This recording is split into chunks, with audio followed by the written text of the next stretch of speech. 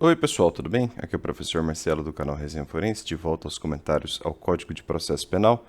Lembrando que aqui não há um curso de processo penal, são apenas comentários didáticos e práticos ao CPP. Para mais materiais, acesse resenhaforense.com.br e veja os links na descrição do vídeo. Curta o nosso vídeo aqui, faça sua inscrição no canal, isso já ajuda bastante. Pessoal, se eu seguisse a metodologia de sempre, eu faria um longo vídeo aqui com mais de 5, 6 horas, talvez, para comentar a ação penal, porque o assunto parte do artigo 24 e vai até os 60 e poucos ali no Código de Processo Penal. Eu vou quebrar, obviamente, por N razões, mas principalmente por questões didáticas, porque no bojo desta longa seção do Código, deste longo título, terceiro, há alguns institutos que são apenas correlatos ao da ação penal e que exigem um fôlego diferente. Então, posso dar o exemplo do artigo 28, que envolve o arquivamento do inquérito policial. Hoje, o 28 tem de ser lido na redação anterior, na redação atual e na jurisprudência do Supremo. Então, daria muita confusão. O 28-A também é um instituto que merece atenção específica, uma vez que ele cuida do assim chamado Acordo de Não Persecução Penal, o famoso ANPP. Então, é interessante ter um vídeo só de ANPP, tá? Quero fazer assim. Na divisão que eu fiz, a gente parte do artigo 24 e vai até o artigo 27 hoje. Bastante curto, bem na veia, direto ao ponto. Então, o título terceiro da ação penal, e já saiba o seguinte: os institutos comentados daqui em diante os institutos comentados daqui em diante não são necessariamente de ação penal. No entanto, formalmente situam-se aí nesse ponto, tá? Mas, dito isso, e pensando que em regra agora a gente estuda a ação penal, vamos adiante. Artigo 24 do CPP. Nos crimes de ação pública, então, nos crimes de ação pública, leia-se: ação penal pública incondicionada. Nos crimes de ação pública, melhor dizer, ação penal pública incondicionada, esta será promovida por denúncia do Ministério Público. Então, ó, já tem um outro comentário aqui. A inicial acusatória do crime de ação penal pública condicionada ou não, mas incondicionada nesse caso, é a denúncia. Vamos escrever que eu acho que fica menos confuso. Então, nos crimes de ação penal pública incondicionada, esta será promovida por denúncia, que é a inicial acusatória do crime de ação penal pública incondicionada, certo? Ou melhor, do crime de ação penal pública, condicionado ou não, tá? Se é público é porque a iniciativa é pública, pense assim, nesse caso. E essa iniciativa é do Ministério Público. Bom, aqui não custa falar, né? Ver artigo 129, inciso 1º da Constituição Federal. Então, a legitimidade ativa, né, o titular da ação penal em regra, é o Ministério Público. Então, o crime de ação penal pública é promovida por denúncia do Ministério Público. O Ministério Público promove uma inicial acusatória, tá? E aí, a lei diz o seguinte, olha, mas esta ação pública aí, que eu mencionei para vocês, dependerá quando a lei o exigir. Então, a lei pode exigir algumas condições, tá? Então, ela dependerá ou de requisição do ministro da Justiça, que é o menos comum, tá?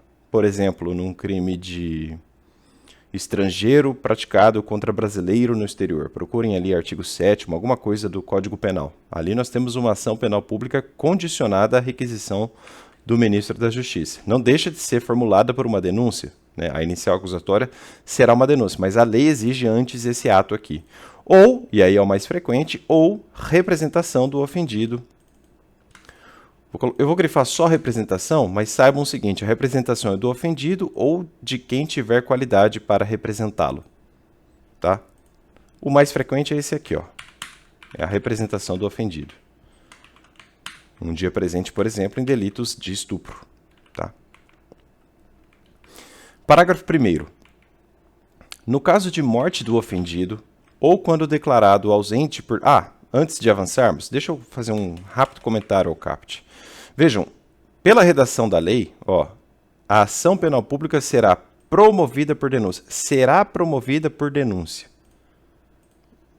Isso aqui, pessoal, sinaliza, pelo menos numa outra época, isso era mais claro. Hoje não é tanto assim, porque eu vou, e pelos motivos que eu quero expor, mas isso aqui aponta para o seguinte, para a obrigatoriedade da ação penal pública. Então, não é uma mera faculdade do MP, né? Obrigatoriedade da ação penal pública. Um dia foi assim, ou foi mais claramente assim, não é que deixou de sê-lo, mas hoje isso sofre certo temperamento. Então, exceções ao princípio da obrigatoriedade da ação penal pública. Vou rolar alguns aqui, bem famosos no cotidiano forense. Primeira exceção, transação penal. Transação penal celebrada no caso de infração penal de menor potencial ofensivo. A famosa IMPO, né? Artigo 76 da Lei dos Juizados, Lei 9.099 de 1995. Essa é uma exceção. Outra exceção ao princípio da obrigatoriedade, acordo de leniência. Acordo de leniência no caso dos crimes contra a ordem tributária e econômica. Desculpem-me pela falha de digitação. Quem quiser estudar o Instituto, está na Lei 12.529 de 2011. Terceira exceção, parcelamento do débito tributário. Parcelamento do débito tributário. Quem quiser aí, artigo 88, parágrafos 1º e 2º da lei número 9430 de 1996. Mais uma exceção, colaboração premiada. Sim, colaboração premiada nas organizações criminosas. Lei 12.850 de 2012, artigo 4º, parágrafo 4º. E quinta e mais recente exceção, talvez, acordo de não persecução penal, o famoso ANPP, né? Está no artigo 28-A do CPP, que naturalmente será comentado aqui nas aulas, né? Não neste próximo vídeo, no outro, porque o próximo a gente fala do arquivamento, que é o 28. Agora, 28-A vem depois do arquivamento. Então, aí nós temos exceções à regra da obrigatoriedade da ação penal. Então, já há um temperamento desse dispositivo. Não é que ele tenha sido revogado, ele só foi temperado, suavizado, repensado, enfim. Certo? Então, essa é uma ideia importante de se ter hoje em dia. Alguém poderia dizer, mas Marcelo, você não vai falar da representação? Vou mais tarde, tá? O código tratará da representação mais detalhadamente depois. Vamos focar nessa parte aqui por enquanto. Parágrafo 1º do artigo 24. No caso de morte do ofendido ou quando declarado ausente por decisão judicial, então morte ou ausência, né? Morte ou ausência. O direito de representação passará ao cônjuge, ascendente, descendente ou irmão. Olha, eu não gosto de método mnemônico, mas aqui nós temos o famoso CAD. É o CAD. Cônjuge, ascendente, descendente ou irmão. CAD. Muita gente decora assim. E, de fato, né, é um jeito fácil de lembrar. É o CAD, tá? Então, se morrer a vítima, o direito de representação, se a ação penal pública for condicionada à representação, este direito como que sucede para um representante posto na lei.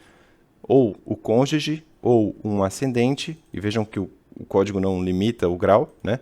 Um descendente, o código também não parece limitar o grau, poderia ser, por exemplo, o neto de um avô, enfim, ou irmão, certo? Maravilha, é isso. Parágrafo 2º. Seja qual for o crime, quando praticado em detrimento do patrimônio ou interesse da União, Estado e município, a ação penal será pública. Então, se o sujeito passivo do crime for um ente federado, União, Estado e município, a ação penal será pública. Certo? Então, artigo 25 agora, a representação será irretratável depois de oferecida a denúncia. E presta atenção, né? O código fala em oferecimento da denúncia. Então, em outras palavras, se a vítima ou representante legal, se a vítima ou representante legal, né? Se o ofendido, em geral, né? Se a vítima apresentar representação, esta só será retratável até o momento, vou colocar assim, até o dia do oferecimento da denúncia. Ou seja, até o dia que o MP tomar a decisão de oferecer a denúncia. Se o MP já ofereceu denúncia, não cabe mais retratação da representação. Certo? Aí o pessoal gosta de perguntar assim, ó, retratação da representação. É possível? Retratação da representação. É possível? Resposta: sim, desde que seja feita até o oferecimento da denúncia, conforme artigo 25 do CPP. Tá? Observação importante: o sistema da Lei Federal 11.340 de 2006, famosa ou conhecida vulgarmente como Lei Maria da Penha, o sistema desta lei é diferente. Neste caso, só se admite a retratação, a representação, perante o juiz em audiência específica e antes do recebimento da denúncia. Então, são sistemas diferentes, né? Pelo CPP, a retratação é possível até o oferecimento da denúncia.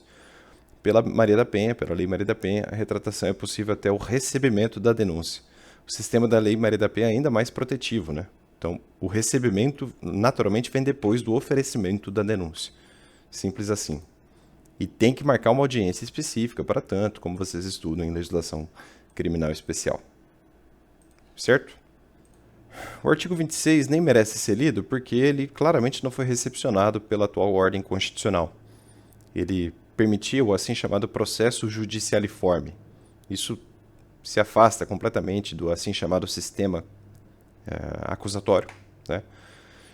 Porque permite a inauguração da demanda da ação penal, no caso de contravenções penais, é verdade, mas enfim, permitia o início da ação penal com um mero auto de prisão em flagrante ou por mera portaria da autoridade judiciária ou policial. Então, o start de uma ação penal se dava por um ato do juiz ou um ato da polícia. Você não tinha um órgão acusador aqui nesse ponto. Então, ó, o 26 não foi recepcionado. Podem grifar, apagar, riscar aí, porque realmente não foi recepcionado. Tá? É o processo judicialiforme, não recebido pela ordem constitucional hoje vigente. Processo judicialiforme.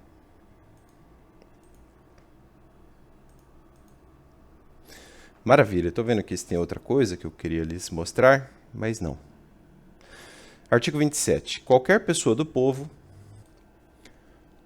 poderá provocar, então qualquer pessoa do povo poderá provocar a iniciativa do Ministério Público nos casos em que caiba ação pública, fornecendo-lhe por escrito informações sobre o fato e a autoria, indicando o tempo, o lugar e os elementos de convicção. O que mais me chama a atenção aqui não é nem a regra em si, mas é o fato de que isso tem de se dar em regra por escrito. Então, qualquer do povo pode provocar a iniciativa do MP quando notar e achar que há, enfim, um crime de ação penal pública, e esta pessoa tem de fornecer por escrito informações sobre o fato e a autoria. Tá? Não poderia ser pela mera via da oralidade. Tá? De qualquer modo, o artigo 27 do CPP demonstra claramente que o inquérito policial é dispensável, como já lhes contei anteriormente. Então, o inquérito policial é dispensável. Certo? E com isso a gente encerra os comentários aos artigos 24 a 27 do Código de Processo Penal. Eu sei que o vídeo ficou curto, mas eu quero quebrar porque realmente seria uma confusão danada colocar tudo de uma vez só. No próximo vídeo, eu vou falar só disso aqui, ó, artigo 28 do Código de Processo Penal, ou seja, o status quo do arquivamento das peças de informação, porque a gente tem que ler a lei anterior, a lei atual e a jurisprudência do Supremo. Só assim a gente vai entender o ato complexo do arquivamento. Por enquanto é isso, pessoal. Um abraço e até mais.